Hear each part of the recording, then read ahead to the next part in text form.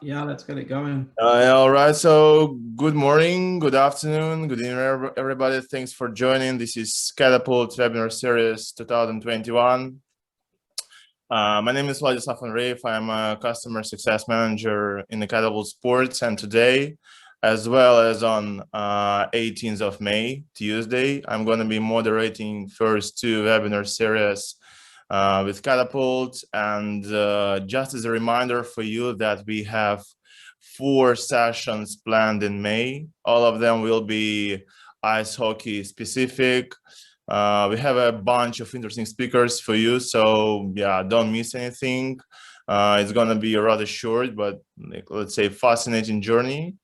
And today I'm really pleased to introduce to you a very high-level practitioner, certified SNC coach and sports scientist, our old friend and adherent, let's say.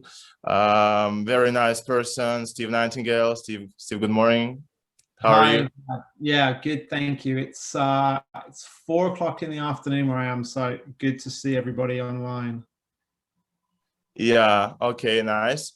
Just as a reminder for you all guys that we have a Q&A section with Steve after his presentation, so you can put all your questions to the chatter. We will try to find a good answer for them. So, and right before we start, I will remind everybody that we are going to talk about the implementation of the wearable technologies in the ice hockey. So yeah, just as a general question before we start, before the presentation starts, to you, Steve, could you name maybe some kind of general reasons why ice hockey teams could be starting using the wearable technologies, and actually why they could start doing that?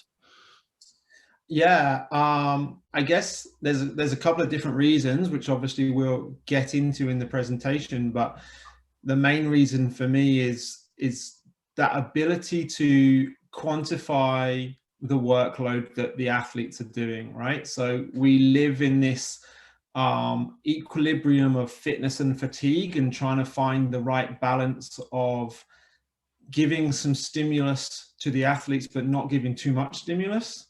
And I think that if you can't measure that stimulus, you're never really going to know where you are on the journey. And of course, once you can measure that, you can use that going forward with your planning, right? Your year-long periodization. I always say it's kind of like why I would use sat nav in a car. I've got an option where if I'm going to go somewhere I've never been before, I can look at a map, put the map away and just drive and hope I remember and make all the right turns and get there. Or I have a sat nav that is telling me constantly and updating me where I'm at, what's going on, and it makes my journey to the other side a lot smoother. So it's kind of how I see using data like this. All right. Yeah, pretty exciting then to look at the presentation, to look at the information inside. So Steve, your turn.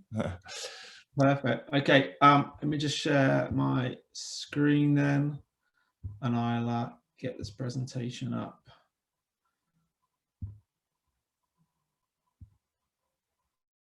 Okay, so Vlad, you can see that hopefully? Yeah. Perfect. Okay, great stuff. All right, so thanks very much.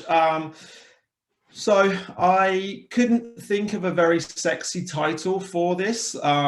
Essentially, what I'm going to try and do for you is share my experience of using Catapult through a season I was working with the Kunlun Red Star in the KHL. So basically, it's not going to be quite an applied case study of following the journey of how I used it through the season. So let's get into it. So first of all, I wanted to express some thanks firstly to Catapult themselves. This is in no way a sales ploy. I'm not involved in any way with Catapult. I'm not going to get any commission if you all run out and get Catapult systems. I wish I did, but I'm not going to. But they are, in my experience of all of my involvements with them, they're a pretty incredible company that really invest and enjoy working with the people that they work with. So they're a great company to be involved with. I'd like to say thanks, to Vlad and for Marcus for inviting me to speak here and having me on and getting me to share my story. I need to say thank you to Adam. I know Adam's going to present on Thursday. And honestly, I've known Adam for probably 7 or 8 years now, and he's been incredibly instrumental in not just my journey with Catapult, but generally my journey kind of going forward with hockey as well. So a great human, always a great resource. So I'm definitely looking forward to tuning into his talk on Thursday.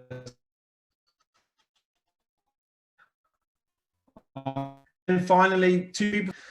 They are a BDM and sports scientist for Catapult, who helped me out a lot getting the system into China and being able to operate it through China. So a lot of help and support from those guys. And poor XJ, I still sort of send her a message every now and then and say, oh,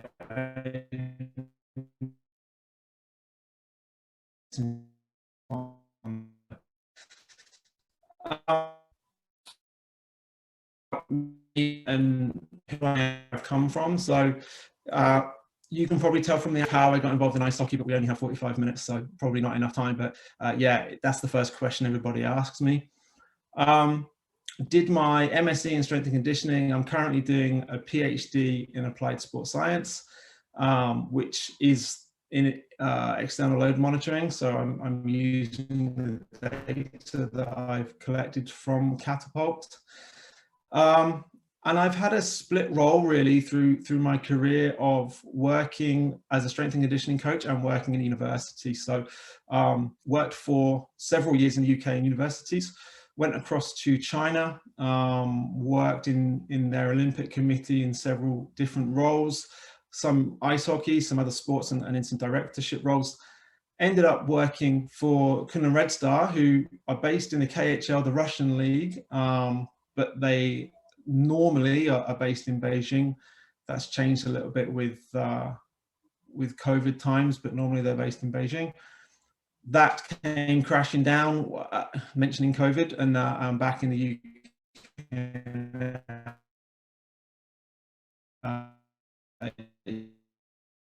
So why am I here?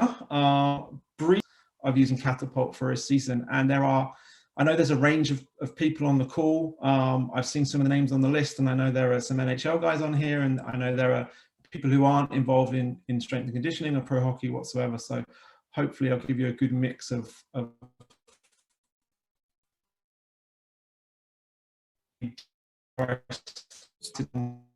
with it. So Steve, let me say one. Sure. You're losing. We're losing the audio from you from time to time. So probably it could be good to turn off the video. Maybe this will be better internet connection. Sure. Bear with me 1 second. If I just stop sharing, turn my video off. Okay, we'll try there. And see how we go. Back to my presentation. There we go. Oh. Okay. Sorry about that, Vlad. So when I got the Catapult system, I had no experience of using external load monitoring in sports. I've put up on the slide there GPS, LPS, and IMU. And again, I said I'm not going to get too technical, but it's worth a very slight sort of side swerve into what that means. So when we're talking about external monitoring, obviously the traditional understanding of that is the GPS system, a global positioning satellite system. Players will wear a small unit on their person. It speaks to satellites in the sky. Signals go back and forward, and that is able to give you information about where you are, how fast you're running, how far you're running, etc. Of course, when you start to think about ice hockey, that becomes a problem because the roof gets in the way of the signals. So GPS kind of goes out the window. There is a replacement system, and I know Adam has used this system, which is called a local positioning system. Basically, you hard install receivers around a rink, which then act as a satellite. Expensive and time consuming, and there are some other issues with it. So the third option is just using the signals from the Catapult device itself. So that box that sits on the back of players in between their shoulder blades, triaxial sensor, gives us information about accelerometry, magnetometry, and gyroscope data. So that's where I pulled all of the information from. It's IMU data, inertial measurement unit data, but I will often slip into just talking about GPS. So just to be aware of what the difference is. One of the reasons I wanted to do this presentation is to show that people can use a system quite quickly and easily without a huge amount of external resources. I at the club at Kunlun Red Star, I was the strength and conditioning coach, but we had a very small staff. I was also the nutritionist. I was also the sports scientist. I was also a reconditioning coach. So on a day-to-day basis, I'm running around doing all manner of jobs and still manage to implement using the Catapult system. Also, the other side to that was getting into the team. I was new into the team. I'd not worked for Red Star before. I was new to the league. So the KHL is an interesting league in that they have a fixture density that is similar to the NHL. So they'll play 62 games across 6 months. Roughly works out at 3 games a week. So the density of fixtures is pretty similar to the NHL, but the travel is the worst I've ever understood in any competition anywhere. So you have the Far East teams over in Khabarovsk and Vladivostok and in Beijing. And then you can go all the way over to the east to Riga in Latvia and Helsinki in Finland. So I think you can have a travel distance of 11,000 kilometers for an away game. And that for me just makes understanding external load even more important, because the travel demands, the time zone changes become very challenging to those athletes. I was new to the athletes. They hadn't had me before. They didn't understand where I was coming from with my training philosophies. They'd never used GPS before. There was quite a lot of hesitation from those athletes, and it took me time to build up that relationship to get them wearing the units. And new to the coaches as well. So the coaches had, none of them that were there had any experience of utilizing GPS data or external load monitoring data. So getting them to understand in the education part was a challenge. And certainly we got there in the end, but you'll see as I go through, there were some clashes along the way.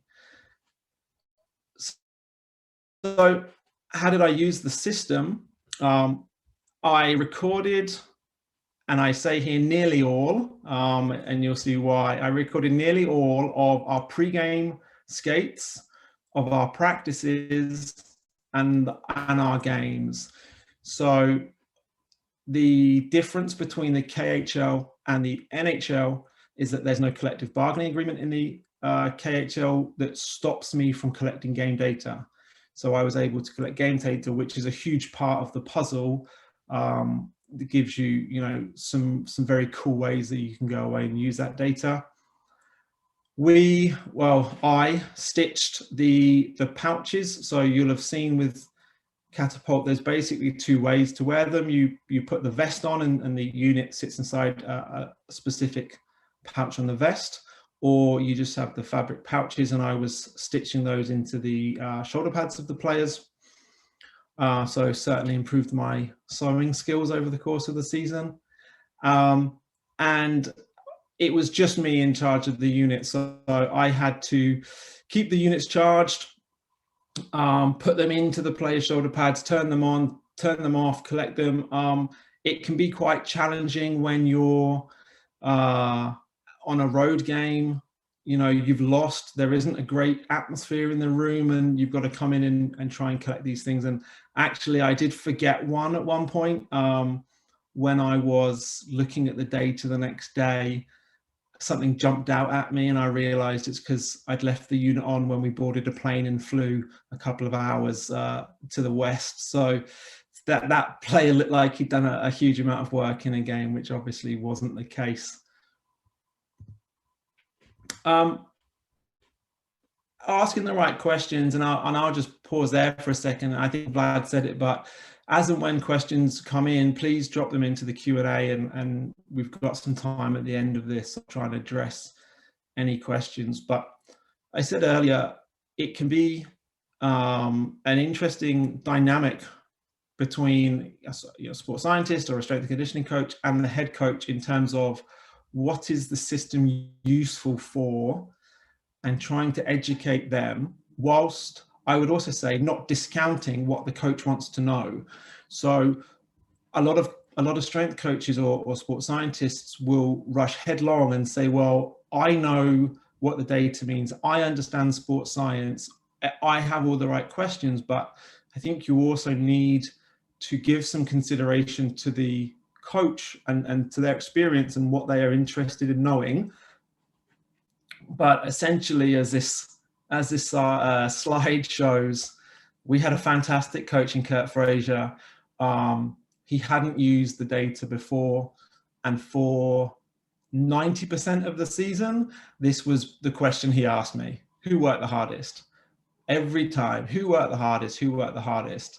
Okay, it's a valid question, but it's not really helping us move forward, I would say. I like to think about other questions. So some of the questions I would consider and did consider over the course of the season, well, what does load look like? And we'll get into multi-mechanical models later in the presentation. But when you say, you know, if the coach asks who worked the hardest, what do you mean hardest? Who traveled the furthest distance? Who did the most accelerations? Who had the most hits? What does load, what does hard look like to you? So that was one thing. Very, very important for me is understanding how I can use the data that we collected to improve the performance. It's a huge bugbear of mine. You know, you see coaches all up and down the world in the leagues collecting data for the sake of collecting data, and then it goes into a drawer. But I'm very interested in using and actioning that data. So making sure that what I collected, I was able to use to improve the performance of the team. And that kind of led into that other element of, well, how does this impact into our planning? And it was something that Kurt actually was fantastic at grasping after some conversations. We stumbled across this idea of exactly how we can use this from a sports science perspective and from a tactical and technical perspective to improve the planning on the team. We'll get into a little bit of some of the things that I investigated, and bear in mind, like I said, when I got this system, I'd never used it before. I didn't really know what it was I was investigating.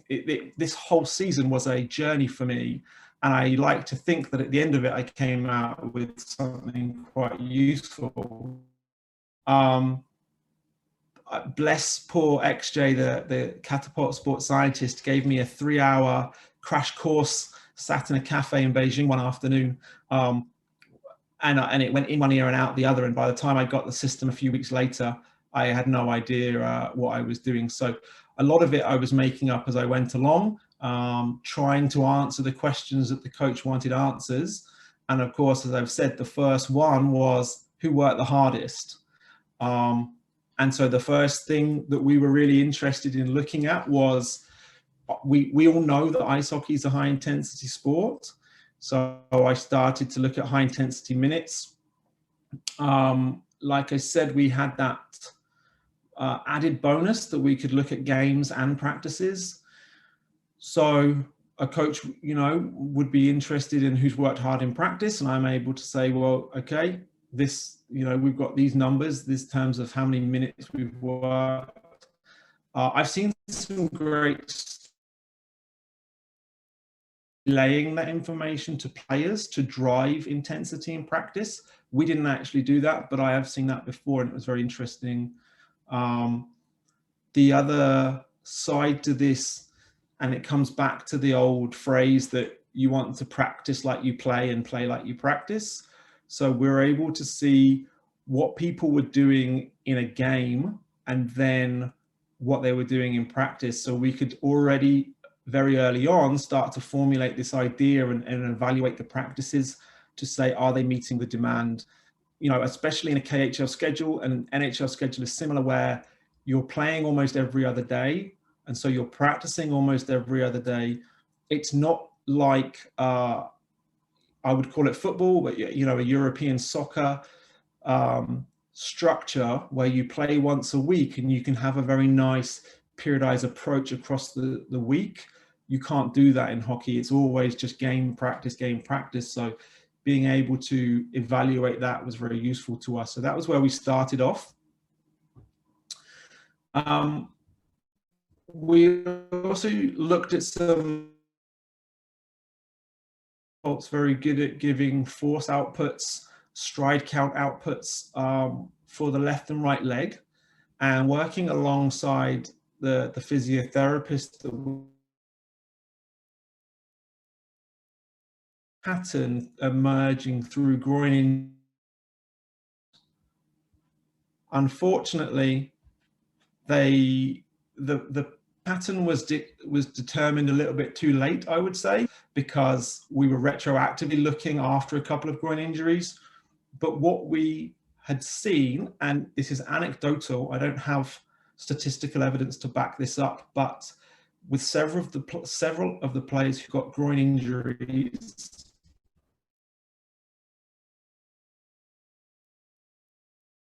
a couple of practices before that acute injury, and we would see that they would start to favor the contralateral leg. And we were then able to, once we had that pattern and we saw that pattern 3 or 4 times, that was then a metric that I would look at, and it would take a few seconds after a practice just to see, was anybody deviating wildly from left to right on an asymmetrical output? And if they were, if I saw it for just one day, it was a bit of a red flag, and I'd monitor it the second day. If I saw that pattern again in the second day, that would then lead to a conversation between myself, the physiotherapist, and our head coach, and say, what can we do to address this? And often we would take the athlete out of practice, put them on the physio bed, maybe do some active work in the gym with them to address that. And that reduced, I can't say that it reduced the injuries, because we would never know if they happened, but as soon as we knew that, we didn't see any more groin injuries. So it was quite useful that way.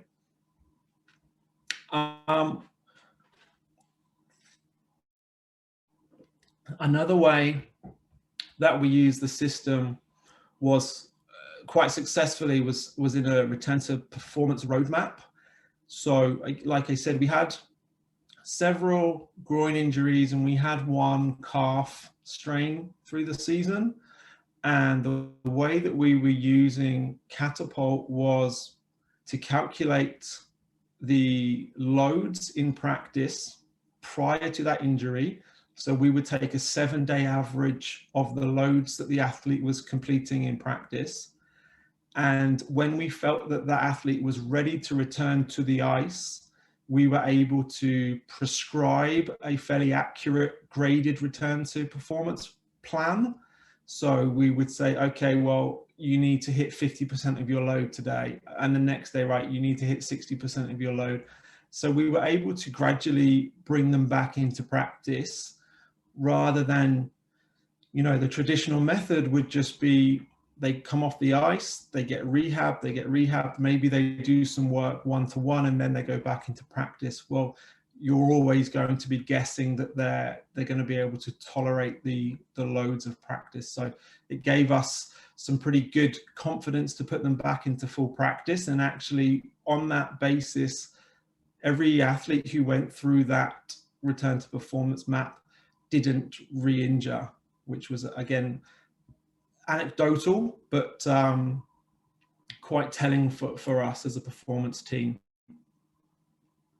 From there, I look at this question of what is load, and I got really interested in this idea of multi-mechanical modeling. And I'm sure Adam will touch on this in his presentation, because he and I have spent many hours discussing the idea of multi-mechanical modeling.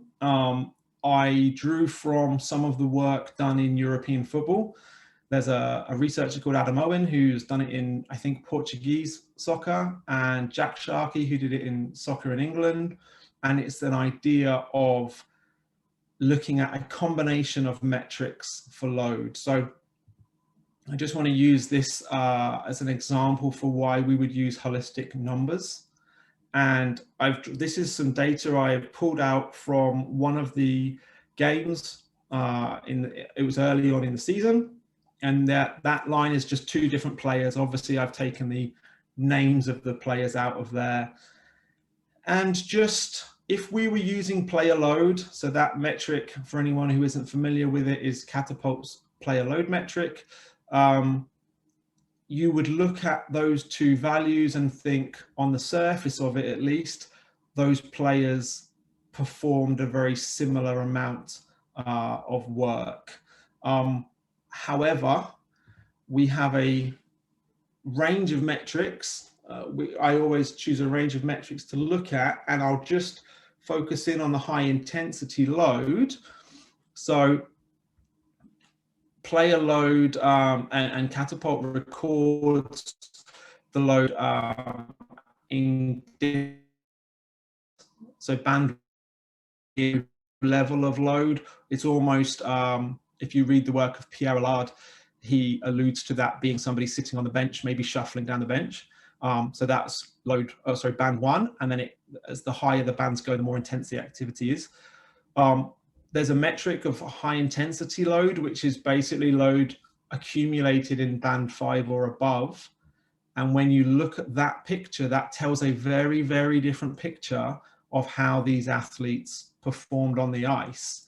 I just happen to know, obviously, because I know the data set, that one of those athletes was a very high minute defenseman, and one was a very low minute forward.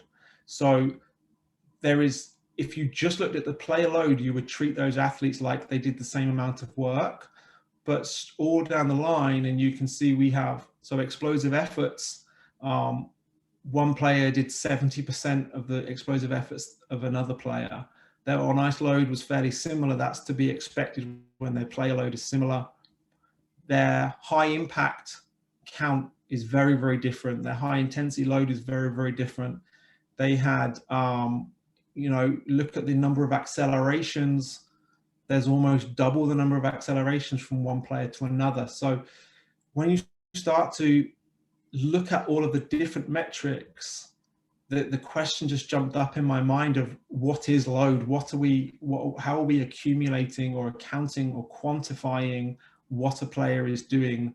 I think if we're just using one metric, then we aren't doing justice, and we aren't getting a holistic idea of what that player is doing. So as I've said, I drew on a lot of work from other people, Adam from Jack Sharkey, from Adam Owen, and we started to use a model that included various metrics. Now, it's been done in a couple of different ways. The football practitioners tend to handpick metrics that they think to be important, which is one way. I know Adam did some advanced statistical modeling to draw out his data. We actually created two models. So one of those was for a metric for volume. So these would be absolute values, things like player load and the number of explosive efforts. And the other model was for intensity. So often they would be those metrics scaled. So it would be player load per minute, explosive efforts per minute. But we also had things like the percentage of strides that were high force, for example. And those metrics came out from the work that Adam did in his statistical modeling. So it's an interesting side note, I think, that, and I don't want to steal too much of Adam's thunder, I'm not sure where he's going to go with his presentation, but I think when you look across a range of teams, very often that those models look very similar. So I think you'd be pretty confident to use those models and use the metrics that we did. Drawing that data out from Catapult, I am a self-confessed Excel geek, so I love a nice Excel spreadsheet. So would pop that data into Excel, and that would give us some metrics that we're able to use. And this is really what it looked like. So you can see here the metrics we used for volume and for intensity. So just to go through the acronyms very quickly, we had player load, explosive efforts, and high intensity player load in terms of volume. The intensity was player load per minute, explosive efforts per minute, percentage high force strides, high intensity work duration in seconds, and the high force strides per minute. So, and then from Adam's work, he has been able to attribute a value for each of those in terms of how much they contribute to the model. So they do contribute fairly equally, but some have a little bit more relative weighting than the others. So this is where I say the Excel spreadsheets came in.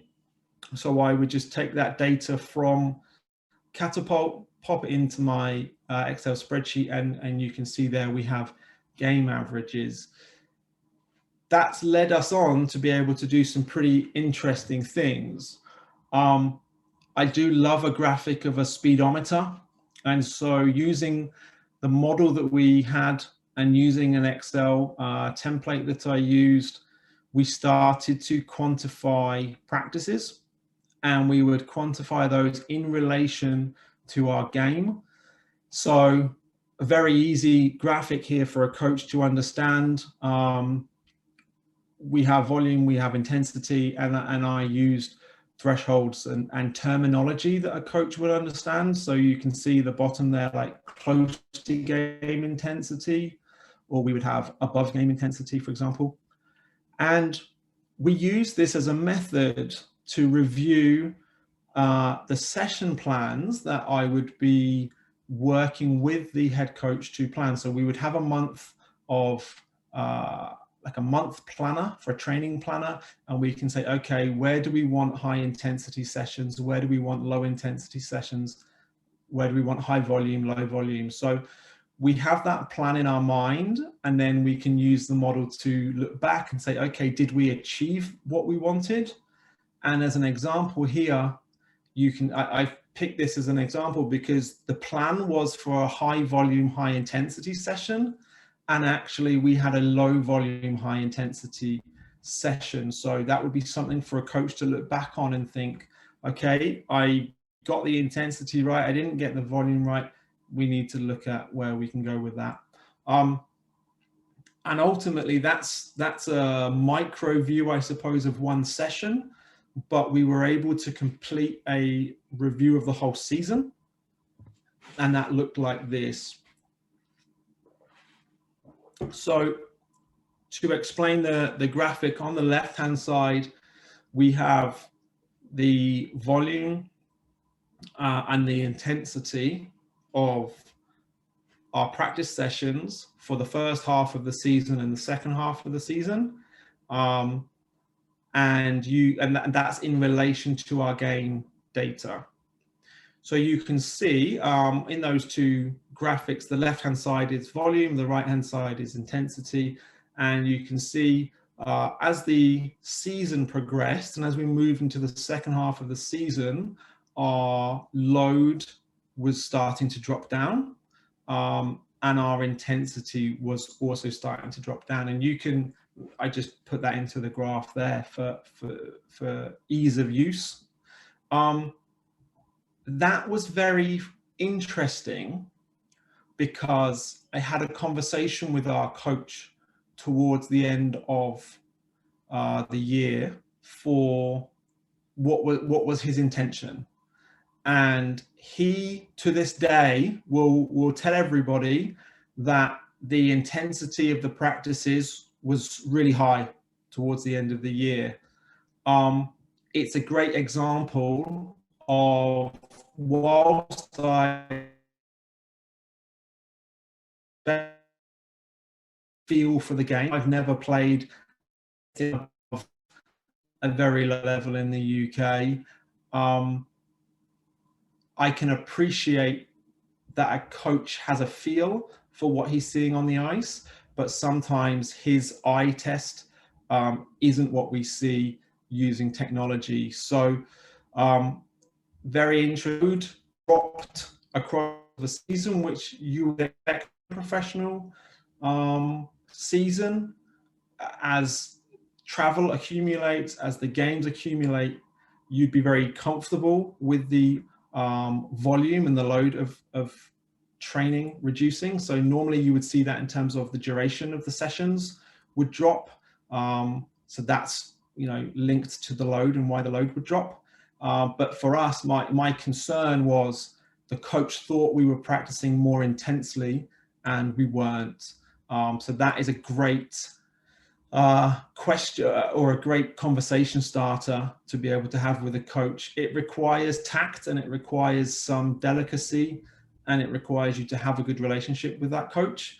But certainly when you have the stats in front of you, it certainly backs you up rather than just trying to talk through your opinion.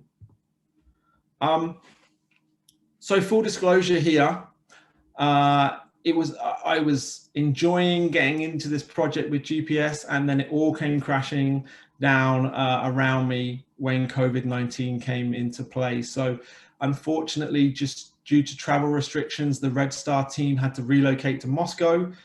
They had issues getting foreign staff visas to be in Moscow. And so I returned back to the UK to work.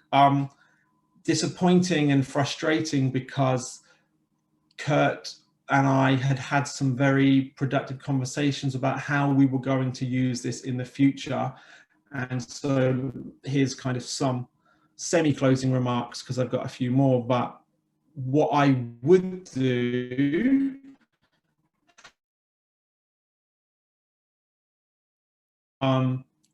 the first thing, and I had started to do this, but I don't feel like I had enough data to really draw conclusions, was to start to quantify drills. So when you have that holistic model and you understand what metrics you're looking for, you can set your catapult system through ping each drill and developing what we would call a drill library. So you know that this drill A is going to give you this amount of load and intensity, and drill B is going to give you this amount of load and intensity.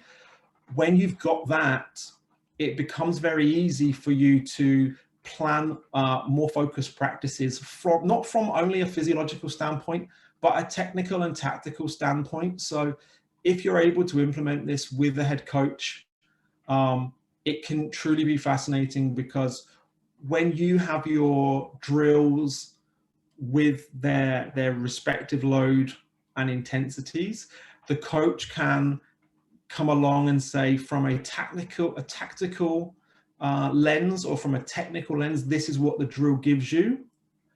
And when you start to think about planning the next few practices, it becomes almost a drag and drop exercise where from a strength coach position, I want to draw this kind of load and intensity.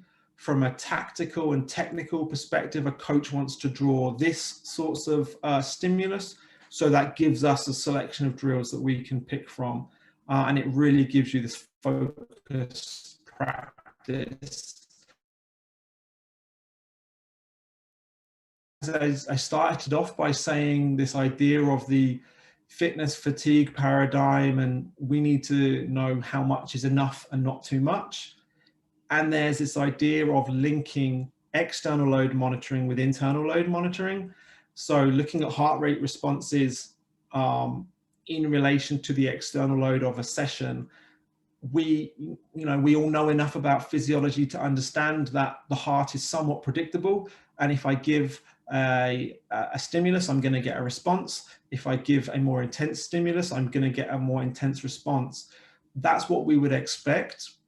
But very often you'll see blunted heart rate responses or inflated heart rate responses when you don't expect them. They're often a sign of fatigue or burnout or overtraining. And so they are some red flag conversation starters that could come up if you're able to track internal and external load into these quadrants of the response matches what I expect, the response is above what I would expect, or the response is below what I would expect. Just on that note, I would say if you're interested in that, I know Matt Price has spoken on a podcast somewhere about that exact topic, and I think it's pretty fascinating. So just in the final couple of minutes here, a couple of things that I learned or evidence to support what I don't want to get into an argument with technical coaches here about whether a pre-game skate is good or not. I played hockey for 20 years and I understand reasons why people would like it. But we had a conversation with our coach about, are they worth it in every situation? All I can tell you is, from collecting the data from the pre-game skates, we accumulated an extra 12 games worth of load through the pre-game skate. What I can tell you is that the stimulus is not enough for adaptation. That isn't the point of a pre-game skate. You're not trying to elicit an adaptation, but it's also too much stimulus to allow players time for rest and recovery.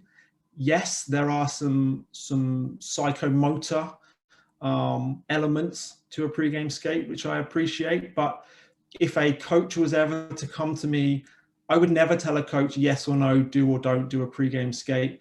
But if they came and asked my advice, I would fall down on the side normally, with all things being equal, and say no, I wouldn't do a pre-game skate, just because in the long term, over the duration of a season, you're going to add a lot of load without getting a lot of benefit from it. The other interesting area I started to look into was our scratch players and what we were doing to give those extra conditioning. And of course, a very common thing you'll see around the pro leagues is after a pre-game skate, those scratch players will stay on. And in our case, often it was just play some 3-on-3. We have been able to use Catapult to quantify that workload that they were accumulating and compare that to their game load. And what we found was, well, actually, these numbers are inflated. So I've said here 65 to 97% of an individual game load, but those numbers are inflated because I didn't clip where the full pre-game skate finished and their extra work started. So actually those numbers are above. So I would say it's somewhere around 40 to 70% of the work that they would get in a game is what they've done in that extra work on the ice. it's just a word of warning, I suppose, is to consider how you're conditioning those players. If you let them do some 3-on-3 or whatever they do after a pre-game skate, and expect that that is enough to catch up of what they would miss from a game, over the course of a season, you're going to see some deconditioning coming in. So that brings me up pretty much to the time. We're going to open it up to some questions. Just finally, I've put contact on there, so I'm pretty active on social media. You can reach out to me on Instagram and Twitter. I'm on LinkedIn, I'm on ResearchGate, and there's an email address there for anybody who wants to reach out and discuss. I'll stop sharing my screen in a second, and then we'll see what questions have been thrown into the chat. Thank you, Steve. Yeah, you're right. We have a couple of questions. The first one, any damaged devices from shoulder pads during the season? Okay, let me just, sorry, I'll see if I can, there we go. Yes, so not enough damage to affect them, but absolutely, when you consider that those get worn on the shoulder pads, and if you consider a forward standing in front of a net and getting cross-checked in the back of the shoulders a lot, we did start to see some cracks in the units. It was nothing that affected us over one season, but I would think over time you might see some problems there. Mm-hmm. All right. The next one is, given that we are able to capture actual game data, do you feel that information you were able to gather be enough to actionable changing of minds in the Western world to do the same? It's a great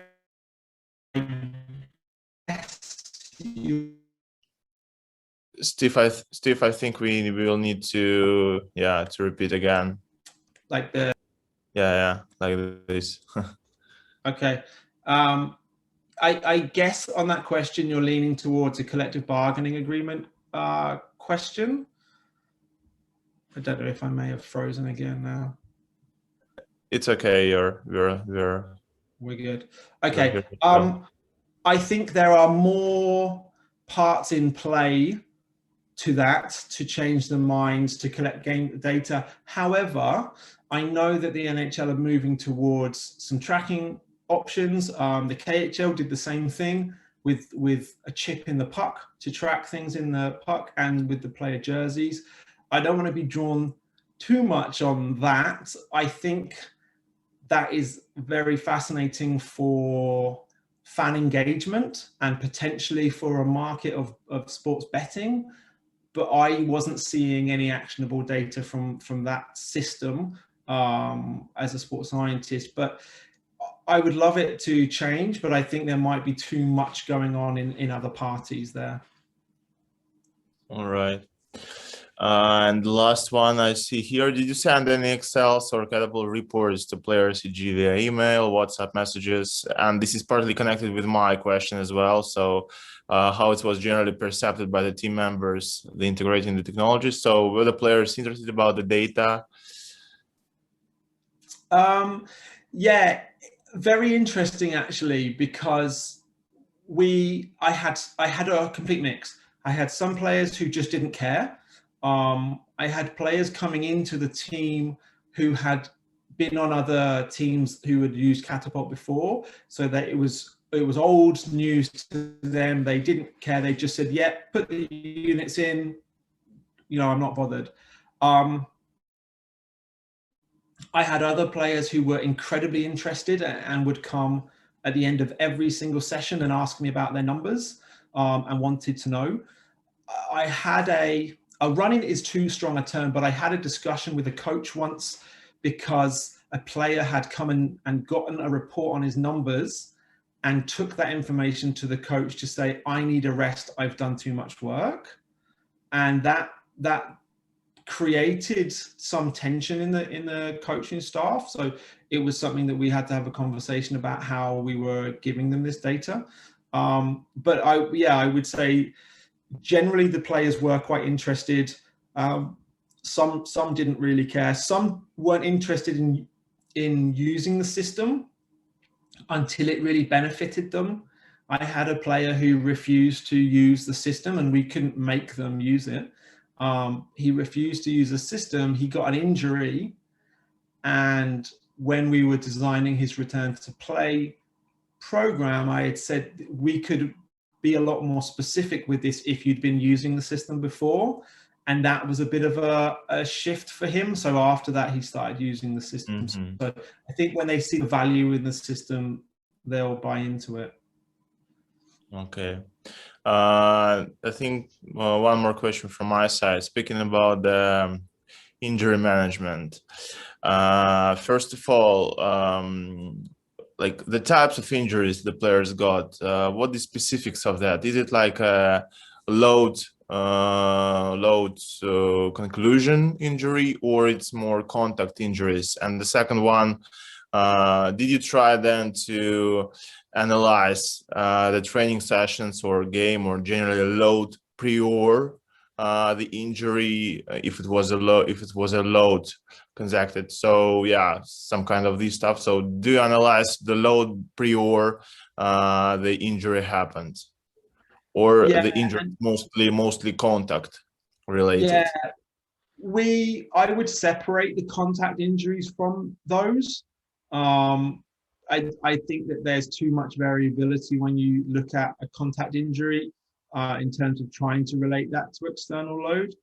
But certainly with the overuse injuries we were seeing, with those groin injuries, with the calf injury that we saw, it was a case of I kind of halfway through the season, I think I'd figured out how to use that system enough to go back and now look at the data and what was meaningful. And that was where we started to draw on that asymmetry data. And as I said, you would see an athlete, let's say that they had a left leg groin injury. Well, 2 days before and 1 day before, their asymmetry swung quite heavily onto their right leg. So you could, and I don't want to get into the realm of saying that we can predict the injury, but there was definitely a pattern that you would start to see them favor the other leg. And then that injury would occur. So that led us to looking at those every session and then trying to determine if somebody was heading that way and seeing if we can adapt the practice session to them. All right. We have another question in the chat. When it comes to detecting groin injuries, how big was the drop off in the power out put between the left and the right leg before you took the player on ice? It's a great question, and unfortunately my answer I think is going to be it depends on the player.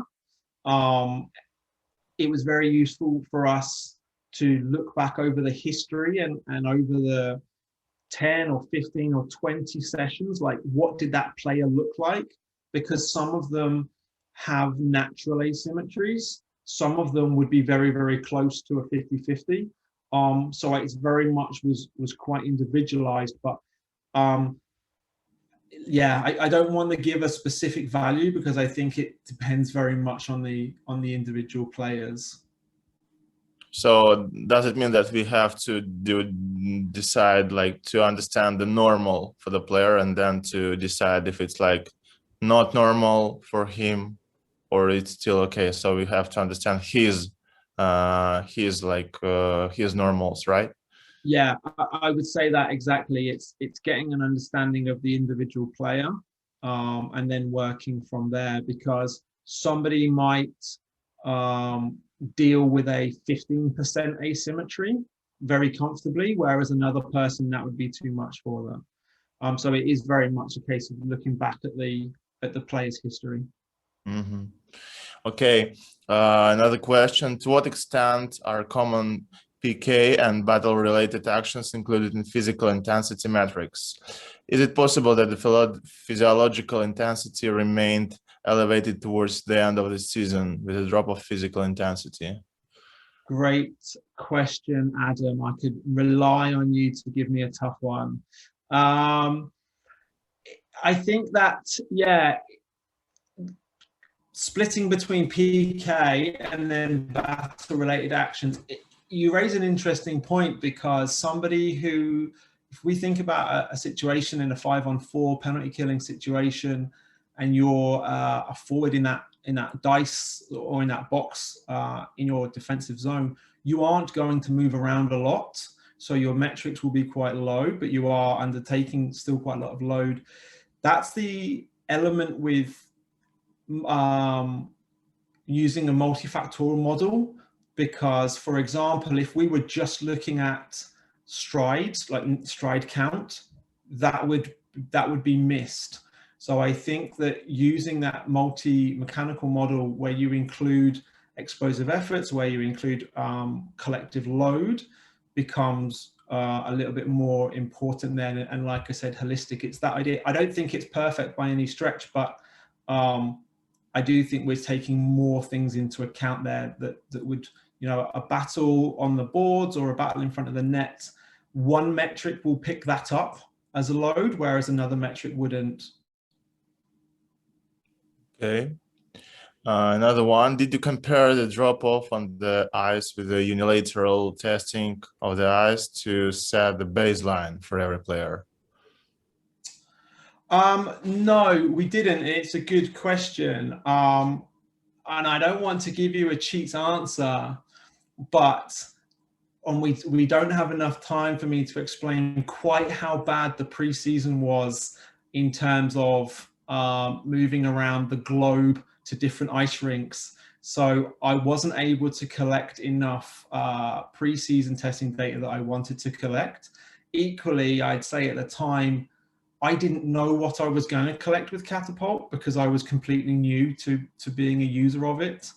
I think moving forward, there would be definitely things that I could draw on with that experience. But at the time, a combination of, I think we stayed in 6 different rinks in 6 weeks, and not knowing the metrics we'd collect from Catapult.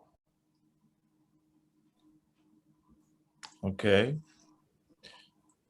Okay, all right. So, yeah, looks like we don't have any other questions. Thank you so much, Steve. It was a great pleasure. Thank you for having me on. Yeah, it was a great pleasure to have you as a speaker in our webinar series. Really appreciating your time. And thanks everybody who's joining. That was the first webinar series. Don't forget that we have the